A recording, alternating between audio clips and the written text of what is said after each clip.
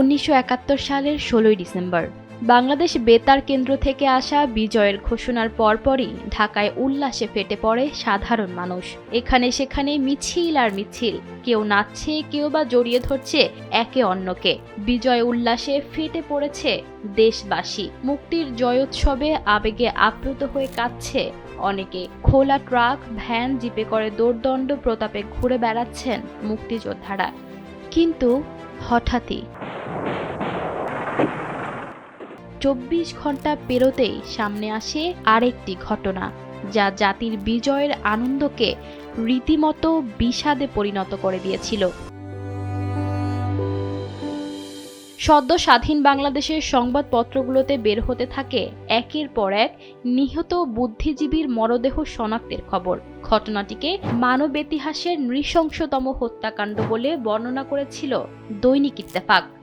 অন্যদিকে রক্তস্নাত বাংলাদেশ কাঁদো শিরোনামে খবর ছেপে দৈনিক পূর্বদেশ লিখেছিল, স্রোতস্বিনী পদ্মা, মেঘনা, যমুনার পানি আমাদের প্রিয়জনদের রক্তে লাল হয়ে গেছে।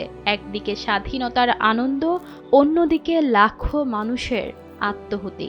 বাংলাদেশের জাতীয় জ্ঞানকোষ বাংলাপিডিয়ার তথ্য অনুসারে মুক্তিযুদ্ধের সময় সব মিলিয়ে সারা দেশে 1100 জনের বেশি বুদ্ধিজীবীকে হত্যা করা হয়েছিল। এর মধ্যে সবচেয়ে বেশি প্রায় 150 জনই হত্যার শিকার হয়েছিল ঢাকায়, যাদের বেশিরভাগেরই মরদেহ পাওয়া গিয়েছিল রায়ের বাজার বধ্যভূমিতে। তবে ছড়িয়ে ছিটিয়ে থাকা ওইসব মরদেহের মধ্যে যে বুদ্ধিজীবীদের মৃতদেহ রয়েছে, সেটি অবশ্য প্রথম দিকে কেউ ধারণা করতে পারেনি বলে সেই সময় প্রকাশিত খবর থেকে জানা যাচ্ছে। 17 ডিসেম্বর রায়ের বাজারের বেশ কয়েকজন বুদ্ধিজীবীর মরদেহ শনাক্ত হওয়ার পরের দিন ঢাকা থেকে প্রকাশিত সোনার বাংলায় মানব ইতিহাসের নৃশংসতম হত্যাকাণ্ড। দেশ স্বাধীনের পরপরই রায়ের বাজার বধ্যভূমিতে বুদ্ধিজীবীদের মরদেহ যে অবস্থায় পাওয়া গিয়েছিল, সেটিকে এক কথায় বিভৎস বলে বর্ণনা করেছে তখনকার সংবাদপত্রগুলো। 1971 সালের 19 ডিসেম্বর দৈনিক ইত্তেফাক পত্রিকার খবরে বলা হয়েছে, ফেরাউনের আমল হইতে হিটলারের গ্যাস চেম্বার পর্যন্ত বহু অমানসিক ও লোমহর্ষক হত্যাকাণ্ডের কাহিনী আমরা শুনেছি, কিন্তু সোনার বাংলায় এই সোনার সন্তানদের হত্যাকাণ্ড বিশ্বের সকল জঘন্যতম হত্যাকাণ্ডকে ম্লান করিয়া দিয়াছে।